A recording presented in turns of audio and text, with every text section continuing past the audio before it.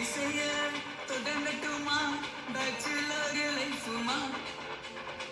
நான் சொன்னேன் மேகியத்தான் செய்யட்டுமான்னு சொன்னேன்.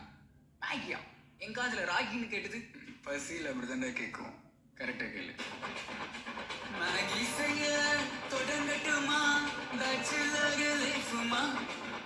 ஏட்டி கடைக்கு போயிட்டு வந்தா மதிய சோறு முடிஞ்சுதுமா.